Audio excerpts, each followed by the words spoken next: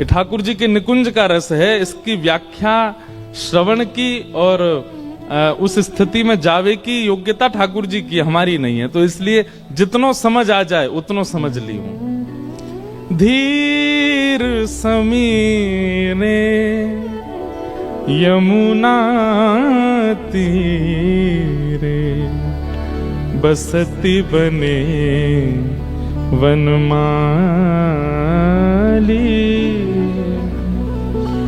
गोपी पिना पायो धर्मर्दन गोपी पिना पायो धर्मर्दन चंचल कर युगशाली धीर समीरे यमुना तीरे बसती बने वनमाली नाम समेतम कृत संकेतम नाम समेतम कृत संकेतम वादयते मृदुवेणु वादयते मृदुवेणु बहुमनुते ननुते तनु संगत बहुननुते ननुते तनु संगत पवन चलित मपरेणु धीर समीरे यमुना। केवल एक स्थिति का वर्णन है। श्री जयदेव महाप्रभु कह रहे हैं कि यमुना तट पर धीर समीर यानी कि धीमे धीमे धीमे धीमे सूर्य अस्ताचल को हैं, सुंदर पवन बह रही है, कुंगराले केश ठाकुर जी के अलकावलियां मुखमंडल पर आ रही हैं। वृंदावन की शाम आज भी सुंदर होती है। उस समय की कैसी रहती होगी, जहां पवन मंदिराचल पर्वत की चंदन की सुगंधियों को लपेट करके बहता है। यमुना जी की कलकल करती धार कभी कभी ठाकुर जी की ओर देखती हैं तो रुक जाती हैं। ठाकुर जी अपने मुखमंडल को थोड़ा सा तिरछा करते हैं। अच्छा, मैंने कथा में बताया वंशी, वेणु और मुरली, ये तीन संकेतों में ठाकुर जी की आकृति बदलती है। ठाकुर जी जब वंशी बजाते हैं तो वंशी कब बजती है, जब अधर पर एक छिद्र और ये जो ठाकुर जी के दोनों हस्त कमल है बिल्कुल अधर के सामने ही हो तो समझो ठाकुर जी वंशी बजा रहे हैं। अधर से दोनों हस्त कमल थोड़े नीचे हैं तो समझो ठाकुर जी मुरली बजा रहे हैं। परंतु अपने शीश को किशोरी जी की तरफ थोड़ा सा तिरछो किए और दोनों हस्त कमल ऊपर को हैं, तब समझो ठाकुर जी वेणु बजा रहे हैं। कभी जाकर के अनुभव किया कीजिए। श्री राधा रमन लाल जी आपको किस भेष में दिख रहे हैं? मुरली मनोहर लाल लग रहे हैं कि वंशीधर लाल लग रहे हैं कि वेणुगोपाल लग रहे हैं? यदि दोनों हस्त कमल अधर से नीचे हैं तो मुरली है, अधर के सन्मुख हैं तो वंशी है, और अधर से थोड़े ऊपर हैं तो वेणु है। मुरली ठाकुर जी उनके लिए बजाते हैं जो ठाकुर जी के ज्यादा जानकार नहीं है, लेकिन ठाकुर जी कभी कभी उन पर अपनी कृपा करना चाहते हैं, उनके लिए ठाकुर जी मुरली बजाते हैं। वंशी ठाकुर जी उनके लिए बजाते हैं जो सखा हैं, जो ग्वाल बाल हैं, जो गैया हैं, नंद बाबा हैं, यशोदा मैया हैं, जो ठाकुर जी के अपने हैं। लेकिन वेणु ठाकुर जी उनके लिए बजाते हैं जिनसे ठाकुर जी प्रेम करते हैं। वेणुगोपाल बहुत कम चित्र छवि दिखती होगी जब ठाकुर जी का मुखमंडल श्री जी की ओर झुका हो और दोनों हस्त कमल ऊपर, मानो ठाकुर जी मदमस्त होकर के बजा रहे हैं। उस समय जो स्वर निकलता है वेणु का, वो है सवनस राग। श्रीमद् भागवत के युगल गीत में उसका वर्णन है। जब ठाकुर जी वेणु वाद्य करते हैं, ब्रह्मा जी अपने सारे कार्य छोड़ करके, सरस्वती जी अपनी थोड़ी पर हाथ धर के, सूर्य चंद्र एक साथ प्रकट होकर के, और दूर कुंज में बैठी श्री किशोरी जी नेत्र बंद करके ठाकुर जी के भाव सुनती है। वेणु की ध्वनि सबको सुनाई नहीं देती, केवल जिनके चित्त में कृष्ण प्रेम है। बाकी सबको तो ठाकुर जी मुरली मनोहर और वंशीधर ही लगते हैं, पर वेणु, इनका स्वर तो केवल बहुत, जैसे व्हाट्सएप पे एक ब्रॉडकास्ट मैसेज होता है, वो गिने चुने लोगों को ही जाता है, या फिर एक और समझो तो ग्रुप बना हुआ है, उस ग्रुप में डालोगे बाकी सबको नहीं जाएगा। ठीक वैसे ही ठाकुर जी का वंशीनाद और मुरलीनाद ये सब सुनते हैं, पर वेणुनाद ये तो एक ग्रुप है स्पेसिफिक, उन्हीं लोगों को सुनाई देता है। तो यहां पर श्री जयदेव महाप्रभु जो कह रहे हैं, नाम समेतम कृत संकेतम, किलोमीटरों दूर अपने घर में भोजन बना रही गोपी को ठाकुर जी को बुलाना है, तो उसकी वेणु ऐसी बजाएंगे कि वही को नाम व ध्वन में जाएगा। नाम समेतम कृत संकेतम। गोपी को धुन नहीं सुनाई देती, शब्द सुनाई देता है। अरे चल, तू कहा कर रही है, मैं तेरी प्रतीक्षा कर रहा हूं, जल्दी आ। बंधुओं एक बात कहें, कथा में भी मुरली, वंशी और वेणु ये तीनों रूप धारण करती है वक्ता की वाणी। किसी किसी को कथा में मुरली सुनाई देती है। मुरली मतलब हाँ बढ़िया है, टाइम पास तो अच्छा हो जाता है कथा में, उनको केवल कथा इतनी ही लगती है, अच्छा है, मन तो लगता है। पर कुछ लोगों को वंशी सुनाई देती है। वंशी कैसी होती है? जो पहले से सुनते आ रहे हैं और अब भी सुन करके और आनंदित हो गए। लेकिन कुछ ही लोगों को, और कुछ ही मतलब हजारों में से 2 या 3 लोगों को वेणु सुनाई देती है। और वेणु सुनने के बाद क्या होता है? ताली पहले बजा के सबरों काम खराब कर दियो। वेणु सुन के क्या होता है? आपको ये नहीं लगेगा कि यहां 1000 लोग बैठे हैं, आपको लगेगा केवल मैं बैठा हूं और ये कथा केवल मुझे सुना रहे हैं। और वेणु की ध्वनि, वक्ता की वाणी वेणु लगने लग जाए तो फिर क्या होगा? फिर एक क्षण भी आप रह नहीं पाओगे यहां, तुरंत लगेगा कि बस चलो वृंदावन, अभी चलो, कोई ले जाए बस हमें। वो वेणु है। ठाकुर जी गोपी गीत के समय वेणु बजाते हैं, रास में वेणु बजाते हैं, गिरिराज धारण के समय वंशी बजाते हैं, अन्य अन्य स्थानों पर वंशी मुरली बजाते हैं। पर वेणु गीत में वहां पर वर्णन आता है ना कि कैसे गोपियां, ठाकुर जी दूर वन में जाके वंशी बजाते हैं, वेणु का नाद करते हैं, और दूर घर में बैठी हुई गोपियों को ठाकुर जी का दर्शन होने लग जाता है। क्या कर रहे हैं ठाकुर जी? कैसे? नाम समेतम कृत संकेतम वादयते मृदुवेणु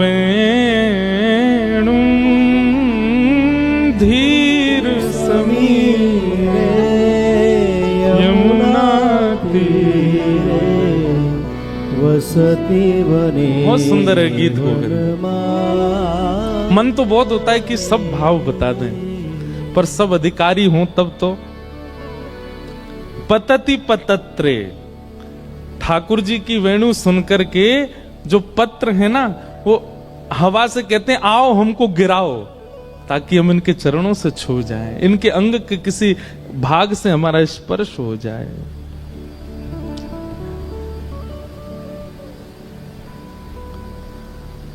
पतति पतत्रे विचलति पात्रे संकित भव दुपयानम धीर समीरे यमुना।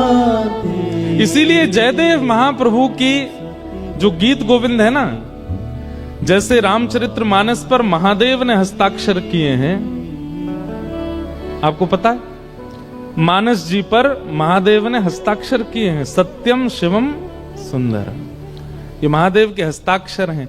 ऐसे ही गीत गोविंद पर साक्षात जगन्नाथ महाप्रभु के हस्ताक्षर हैं। जगन्नाथ महाप्रभु जब एक शब्द स्मृति में नहीं आ रहा था, जयदेव महाप्रभु के लिख रहे थे कुछ पद, तो स्मृति में आ ही नहीं रहा था, क्या लिखूं क्या लिखूं, तो अपनी पत्नी से कहकर के जयदेव महाप्रभु गए, देवी तुम भोजन की तैयारी करना, मैं स्नान करके आता हूं। जयदेव महाप्रभु स्नान करने गए, इतने में ही जयदेव महाप्रभु का रूप धारण करके साक्षात ठाकुर जी आ गए।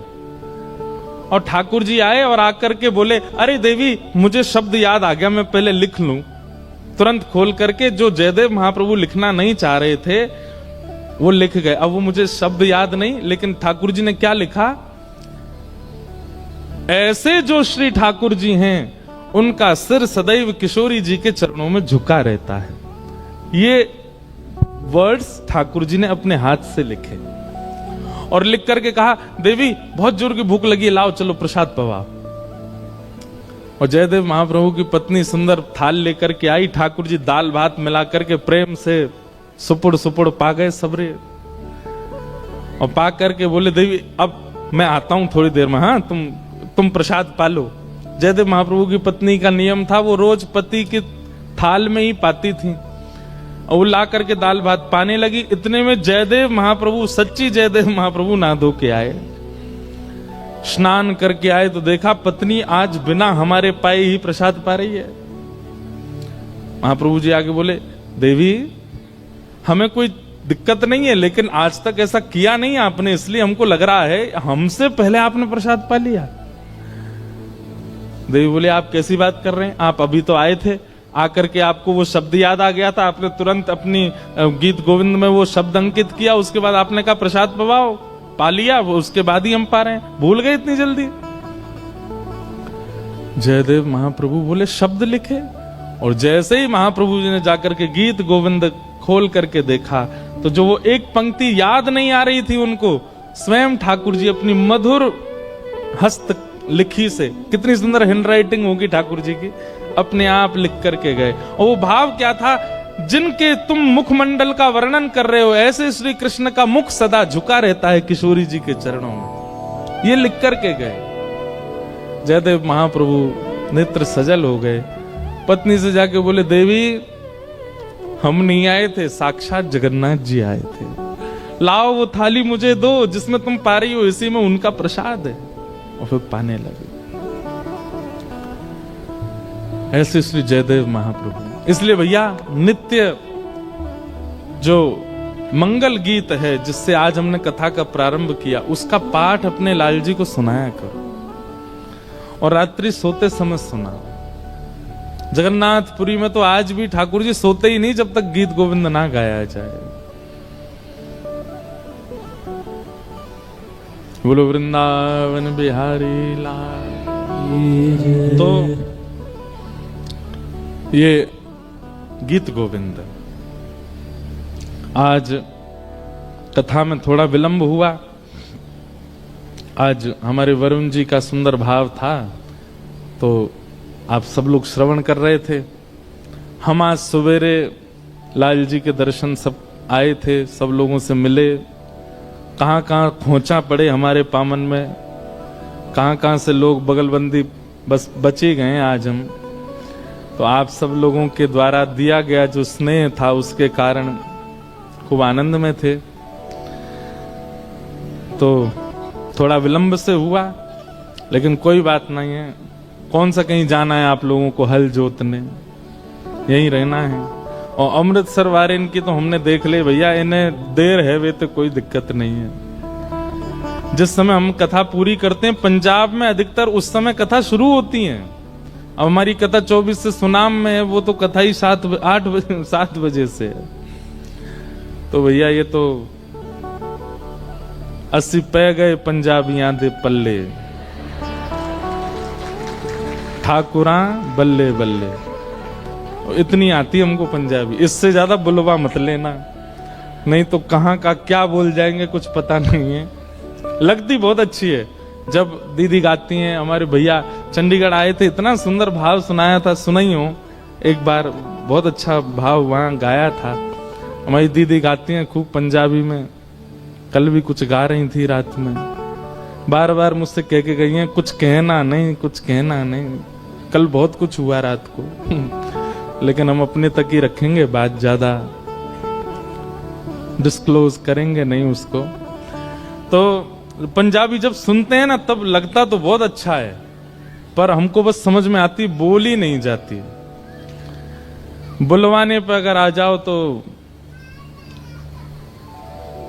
ऐसा लगता हर शब्द के आगे एंदी पेंदी लगा दो बस, तो सब बन जाए पंजाबी। इंद्रेश खांदी, तुसी आंदी, असी जानदे। तो यही तो है, दीदी लगा दो बस, हो गया काम। तो मधुर पंजाबी है आप लोगों की। तो श्री रत्नावती जी का चरित्र चल रहा था कल, और श्री रत्नावती जी के चरित्र में हमने कल श्रवण किया कि छोड़ी कुल की कहानी, सब मर्यादाएं छोड़ करके श्री रत्नावती जी ने वो पर्दा हटा दिया, और जो ब्रज के संत महापुरुष आए हुए थे उन सब के चरणों में जाकर के नतमस्तक हो गए। सूरदास जी ने बहुत सुंदर भाव उस विषय में कहा है, वो हमने कल सुना था। उसके बाद ऐसी स्थिति हो गई कि राजा को खबर पड़ी, तो राजा को बहुत कष्ट हुआ। उसको लगा राजवंश की महिला और ऐसे खुले में ही नाचती है, संतों के बीच में कीर्तन करती है, करताल बजाती है, सब प्रकार की भावना रखती है।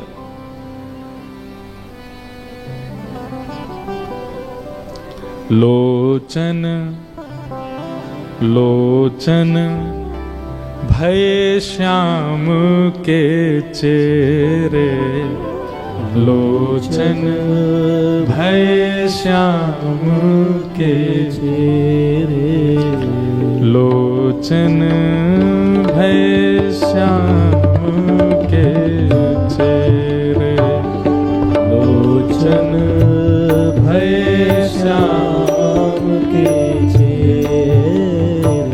सूरदास जी कह रहे हैं, एते पे सुख पावत कोटिक, एते पे सुख पावत। भैया ये शब्द सूरदास जी के हैं, मीराबाई के पद, सूरदास जी के पद। जब ये पद आचार्यों के गाए जाते हैं ना, इनमें शांत मत बैठा कीजिए, गाया कीजिए।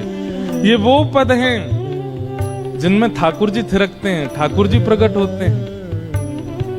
इन शब्दों, ये शब्द भले ही पुराने होंगे पर इन शब्दों में वेदों का सार छिपा है, इसलिए सुनकर के दोहरा के गाया कीजिए। हमको पता है भागवत की कथा जब हम करते हैं तब हमको इतना अवसर नहीं मिलता पद गाने का। ये स्वच्छंद कथा होती है ना, इनमें हम खुली छूट है हमारी, हम खूब गाते हैं, नए नए पद लेके आते हैं, इसलिए आप गाइए साथ में। एते पे सुख पावत कोटिक, एते पे सुख पावत कोटिक, मोतन फेरी नहेरे, मोतन फेरी नहेरे, लोचन भय श्याम के चेहरे, लोचन भय श्याम के चेले मतलब चेला क्या करता है? जिसका चेला बन जाता है वो जो चाहे वही खाएगा, वही देखेगा, वही घूमेगा, वही डोलेगा। रत्नावती जी की स्थिति ऐसी हो गई है कि उनको कुल मर्यादा अब दिखती नहीं है, उनको अपने पति का भाव दिखाई नहीं देता है। लोग बाग क्या कहते हैं, क्या सोचते हैं, ये स्थिति केवल रत्नावती की नहीं, यही मीराबाई की है, यही सूरदास जी की है, यही कुम्मनदास जी की है, यही करमेती बाई की है। जो भी भगवत पथिक है उन सबकी स्थिति को सूरदास जी गा रहे हैं। उनके नेत्र कैसे हो जाते हैं, बोले ठाकुर जी के चेहरा बन गए हैं, अब जैसे ठाकुर जी चाहेंगे वैसे घूमेंगे। लोचन भय श्याम के चेहरे, लोचन भय श्याम के चेहरे, हा हा करत परत हरि चरणन, हा हा करत परत हरि चरणन, हा हा करत परत हरि चरणन, हा हा करत परत हरि चरणन, ऐसे बस भय उनके, ऐसे बस भय उनके, लोचन भय श्याम के चेहरे, लोचन भय श्याम के चेहरे। रत्नावती कह रही हैं, और क्या करते हैं ये नेत्र? हाँ, उनको वदन विलोकत निस दिन, उनको वदन विलोकत निस दिन, उनको वदन विलोकत निस दिन, उनको वदन विलोकत निस दिन, मेरो कहो नहीं सुन रे, मेरो कहो ना सुन रे, लोचन भय श्याम के चेहरे, लोचन भय श्याम के चेहरे। एक वल्लभ कुल में एक महाराज हुए, श्री हरिराय महाप्रभु। श्री हरिराय महाप्रभु जी के जितने भी पद हैं उनमें छाप है रसिक प्रीतम। तो जो गोवर्धन की रही है तलेटी वो उन्हीं का ही है। रसिक प्रीतम हित चित की बातें, वे आचार्य चरण थे लेकिन सब जगह उनके पद में छाप मिलती है रसिक प्रीतम। उनका एक पद मैंने गाया था, नैनन में ही राखूं पिया तो है, बहुत सुंदर पद है। नैनन में ही राखूं पिया तो है, तुम्हारी एक रोम की छवि पर जगत वार सब लाखों। हे राधारमण लाल, आपके मुख पे, आपके यौवन पे जगत वारू, ये तो बहुत छोटी बात होगी। आपका एक रोम अधिकारी है जगत के वारने का, लेकिन क्या करें, हम जगत ही वार सकते हैं, लेकिन आपके सर्वांगीण रूप पर यदि वार ना हो तो जगत कम पड़ेगा। एक रोंक अधिकार रखता है जगत की न्योछावर लेने का।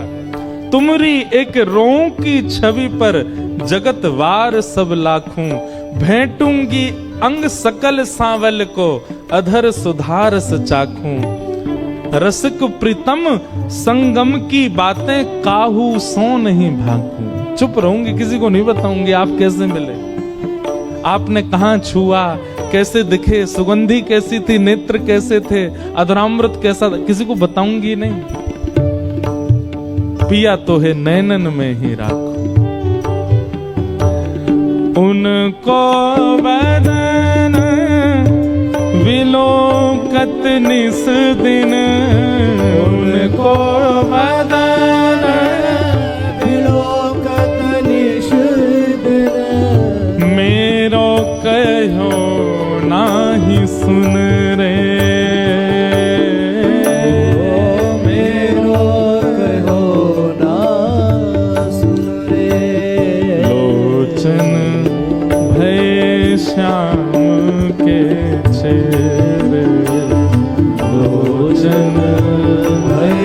श्याम के चेहरे लोचन भय श्याम के चेहरे लोचन भय श्याम के चेहरे ललित त्रिभंगी छवि पे अटके ललित भंगी छवि पे अटके ललित त्रिभंगी छवि पे अटके त्रिभंगी छवि पे अटके फटके मुँह से तोरे खटके मुँह से तो या फिर कहो ना तो मुँह से तोरे ना तो मुँह से कौन? तोड़े लोचन भय श्याम के चेहरे लोचन भय श्याम लोचन भय श्याम के चेहरे लोचन भय श्याम के चेहरे सूरदशाय मेरी कीन्ही सूरदशाय मेरी कीन्ही सूरदशाय रत्नावती कह रही हैं मेरी तो ये दशा कर दी इन्होंने, ये अटक गए व त्रिभंग लली के रूप में मोते सबरे नाते तोड़ दिए। मैं कहूं मूंद जाओ, नहीं माने, उनको ही देखते रहे, उनमें अटक गए। कितने सुंदर भाव है। सूरदशाय मेरी कीन्ही, मेरी जो दशा है इनमें पूरा कारण ये नेत्र हैं। और आपन हरि से जोरे,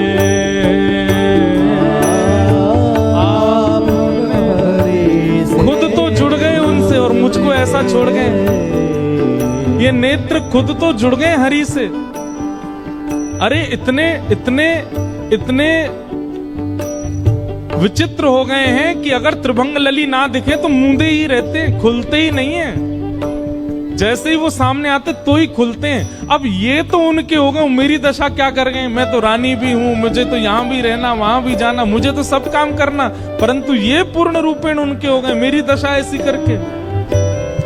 सूरदशाय मेरी कीन्ही, सूरदशाय मेरी कीन्ही, आपन हरि से जोरे,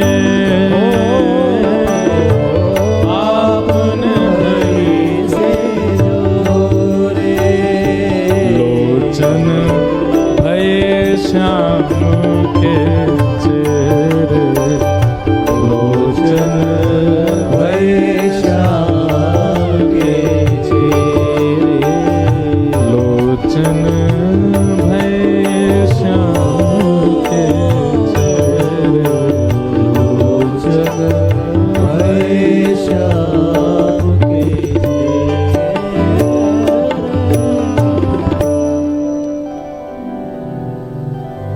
एक दासी के द्वारा केवल भगवत यश सुनने के कारण ऐसी स्थिति रत्नावती की हो गई।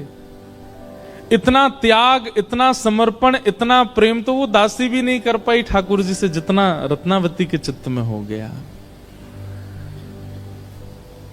जितना ज्यादा आप भक्ति मार्ग में अग्रसित हो जाते हैं, जितना ज्यादा, और एक बात कह दूं, थोड़ी अन्यथा लग सकती है गृहस्थियों को, पर जितना त्याग में भक्ति मार्ग में प्रवेश कर जाते हैं, उतना ये बात विश्वसनीय हो जाती है कि आप तो एक पग बढ़ा रहे हैं, ठाकुर जी उठा के आपको 10-15 पग और आगे कर देते हैं।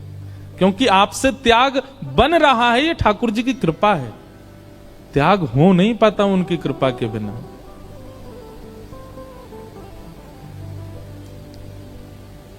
अब पत्नी, बच्चे, परिवार, धन, संपत्ति, इनको त्यागने की बात तो कहनी नहीं चाहिए मंच से। आप तो यह त्याग के दिखा दो, बस मान जाएंगे आपको। यह त्याग के दिखाई दो। महाराज, पत्नी छोड़ना आसान है आज की डेट में, कितने डिवोर्स हो रहे हैं देखो। बच्चों को छोड़ना भी आसान हो गया है, परिवार को छोड़ना भी आसान हो गया है। कहां तक कहें, मूड मुड़ाए संत बनना आसान है गोया आजकल तो, लेकिन फोन छोड़ना आसान नहीं है। महात्मा बन के भी फोन नहीं छोड़ पा रहे। आप कहोगे महाराज जी पहले खुद तो हम क्या को छोड़े, हमारे तो पदयाम है, हमारी तो कथा पूरी, सब पद पदावली, हम तो यही थे, सब याद करें। लेकिन एक बात लिख लीजिएगा, अगर आप त्याग कर पाते हैं भक्ति मार्ग में, तो ये ठाकुर जी की कृपा है। आप तो नहीं कर सकते, ठाकुर जी करवा रहे हैं।